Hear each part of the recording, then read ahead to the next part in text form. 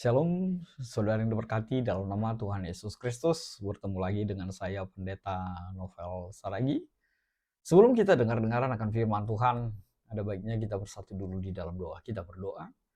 Bapa di dalam surga, terima kasih Tuhan buat dimensi waktu yang indah ini. Kami rindu dengar-dengaran akan firman-Mu. Maka berfirmanlah Engkau Tuhan, sebab kami siap untuk menerimanya. Amin. Shalom, saudara yang diberkati dalam nama Tuhan Yesus Kristus, sahabat terbaik dalam kasih Tuhan.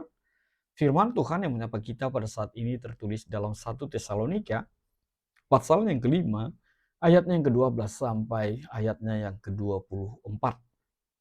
Dengan tema, kasih setia Tuhan tetap untuk selama-lamanya. Begini firman Tuhan, saya bacakan buat kita semua. Kami minta kepadamu, saudara-saudara, supaya kamu menghormati mereka yang bekerja keras di antara kamu, yang memimpin kamu dalam Tuhan, dan yang menegur kamu. Dan supaya kamu sungguh-sungguh menjunjung mereka dalam kasih karena pekerjaan mereka. Hiduplah selalu dalam damai seorang dengan yang lain. Kami juga menasihati kamu, saudara-saudara, tegurlah mereka yang hidup dengan tidak tertib. Hiburlah mereka yang tawar hati, belalah mereka yang lemah, sabarlah terhadap semua orang. Perhatikanlah supaya jangan ada orang yang membalas jahat dengan jahat. Tetapi usahakanlah senantiasa yang baik terhadap kamu masing-masing dan terhadap semua orang. Bersukacitalah senantiasa, tetaplah berdoa. Mengucap syukurlah dalam segala hal, sebab itulah yang dikehendaki Allah di dalam Kristus Yesus bagi kamu. Janganlah padamkan roh, dan janganlah anggap rendah nubuat-nubuat. Ujilah segala sesuatu dan peganglah yang baik. Jauhkanlah dirimu dari segala jenis kejahatan. Semoga Allah damai sejahtera menguduskan kamu seluruhnya, dan semoga roh, jiwa, dan tubuhmu terpelihara sempurna dengan tak bercacat pada kedatangan Yesus Kristus Tuhan kita. Ia yang memanggil kamu adalah setia, ia juga akan menggenapinya. Demikian firman Tuhan. Saudara yang diberkati dalam nama Tuhan Yesus Kristus, bersukacita sekali kita dengan kalimat terakhir itu ya. Kita pasti merasakan sukacita berlebih. Kenapa? Lihatlah, atau saya bacakan kembali ayat yang ke-24 itu. Ia yang memanggil kamu adalah setia. Ia juga akan menggenapinya. Wow, luar biasa sekali. Ada janji, ada sebuah kepastian bahwa Allah kita menggenapinya. Bukankah itu menjadi kerinduan setiap kita? Bukankah itu menjadi sebuah keinginan bertuhankan Tuhan Yesus dalam kehidupan kita, bahwa kesetiaannya, janjinya, kasihnya selalu tergenapi di dalam kehidupan setiap kita. Tapi sebelum lebih jauh, mari kita melihat nats ini secara utuh, di mana kita tahu bahwa surat 1 Tesalonika ini adalah surat yang ditulis oleh Paulus bersama rekannya Silas atau Silvanus dan Timoteus. Dan ini adalah surat pertama Paulus kepada jemaat di Tesalonika. Surat ini bertujuan menguatkan iman orang percaya di Tesalonika dan memberikan nasihat praktis bagaimana mereka bersosialisasi, mereka hidup di tengah-tengah kehidupan mereka di Tesalonika sebagai pengikut Kristus. Di sini kita melihat bagaimana surat ini dituliskan sekitar tahun 50 hingga 51 Masehi dalam periode awal pelayanan Paulus. Dan kita tahu, kita memahami bahwa waktu itu jemaat di Tesalonika adalah jemaat yang baru saja menerima Injil, baru percaya, namun sudah mendapatkan berbagai tantangan. Bukan hanya tantangan dari luar, dari dalam juga, dan lebih lagi mereka mendapatkan penganiayaan dan tekanan-tekanan di sana sini dalam kehidupan mereka. Maka Paulus perlu sekali menegaskan hal ini untuk memberi nasihat praktis tentang kehidupan Kristen sehari-hari dan bagaimana jemaat itu hidup di tengah-tengah dunia yang penuh dengan ujian. Tapi mereka harus fokus kepada kesalehan pribadi dan bagaimana tetap mereka berhubungan, berteman, bersahabat dengan orang-orang di sekitar kehidupan mereka. Saudaraku, sahabat terbaik dalam kasih Tuhan, dalam bagian ini Paulus mengarahkan perhatiannya kepada praktek-praktek kehidupan orang Kristen sehari-hari yang harus dijalani, yang harus dilakoni oleh jemaat ketika itu. Ini artinya mencakup bagaimana mereka harus memperlakukan pemimpin gereja, pelayan-pelayan gereja, bagaimana mereka harus hidup bersama sebagai komunitas, dan bagaimana mereka tetap hidup dengan kesetiaan menyambut kedatangan Kristus yang kedua kalinya. Lalu apa yang bisa kita lihat sebagai penegasan dari nats ini? Hal yang pertama yang mau ditegaskan tidak lain adalah apa yang dikatakan oleh ayat ke-12 sampai ayat yang ke-13 itu. Bicara tentang penghormatan kepada pemimpin gereja, pelayan-pelayan gereja, pribadi yang bekerja melayani Tuhan, yang mengajar dan memimpin jemaat ketika itu.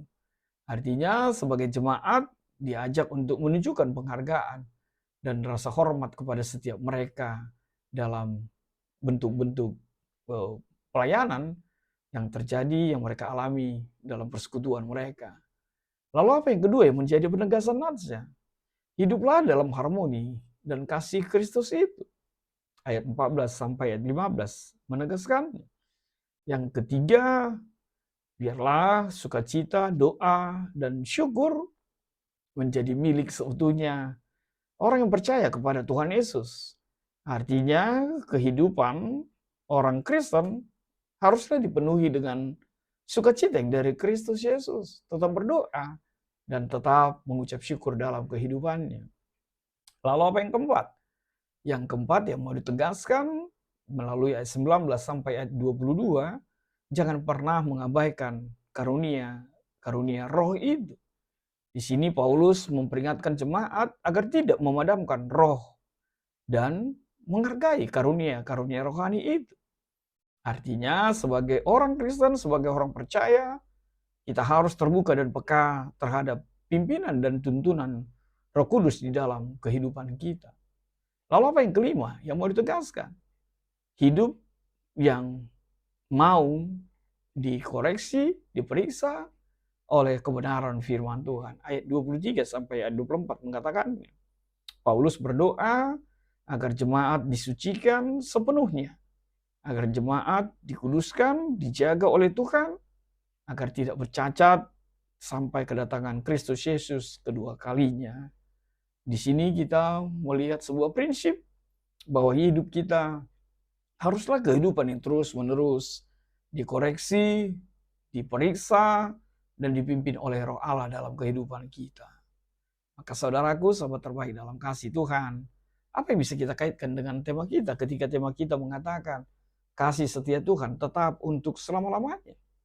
Hal yang pertama yang bisa kita kaitkan dengan tema kita, bahwa semua nasihat Paulus kepada jemaat secara rangkumannya tentang menghormati pemimpin, saling membangun, hidup dalam sukacita, bersyukur, peka terhadap tuntunan Roh Kudus, dan menjauhkan diri dari kejahatan, semuanya itu tidak berdiri sendiri. Itu semua bisa dilakukan karena Allah setia memelihara dan menguduskan umatnya sampai akhir. Itu semua rangkuman dari kaitan tema itu. Lalu apa yang kedua? Kaitan tema yang bisa kita petik. Kasih setia Tuhan itu adalah alasan dan dasar dari semua perintah itu. Ingatlah, tanpa kesetiaan dari Tuhan, nasihat dari Paulus ini akan hambar. Nasihat dari Paulus ini akan terasa mustahil. Lalu apa yang ketiga? Kaitan temanya, kasih setia Tuhan itu bersifat aktif.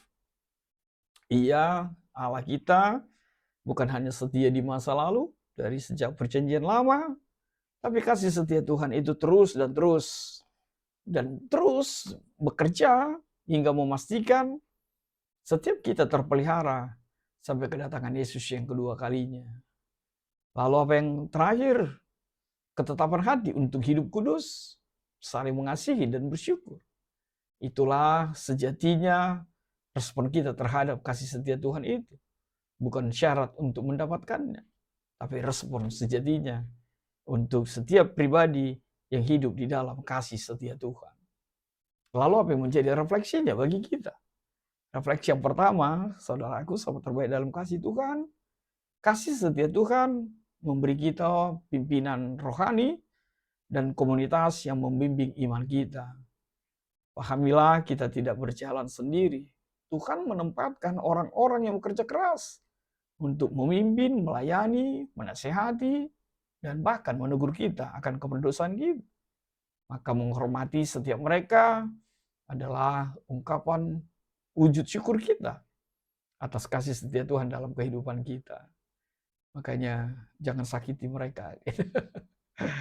Yang kedua, kasih setia Tuhan menolong kita untuk hidup saling menopang di dalam kelemahan, kekurangan, dan keterhampasan setiap kita.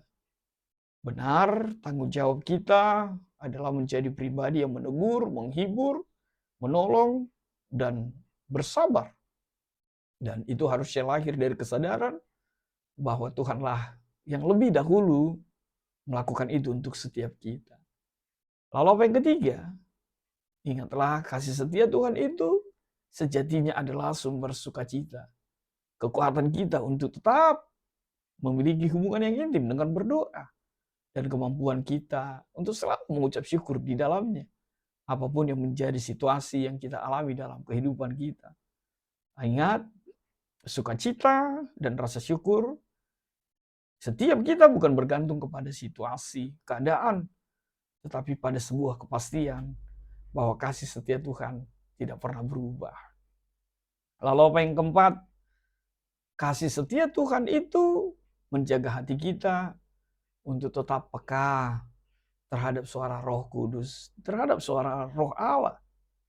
Tuhan yang setia tidak membiarkan kita sesat, tidak akan pernah membiarkan kita sesat.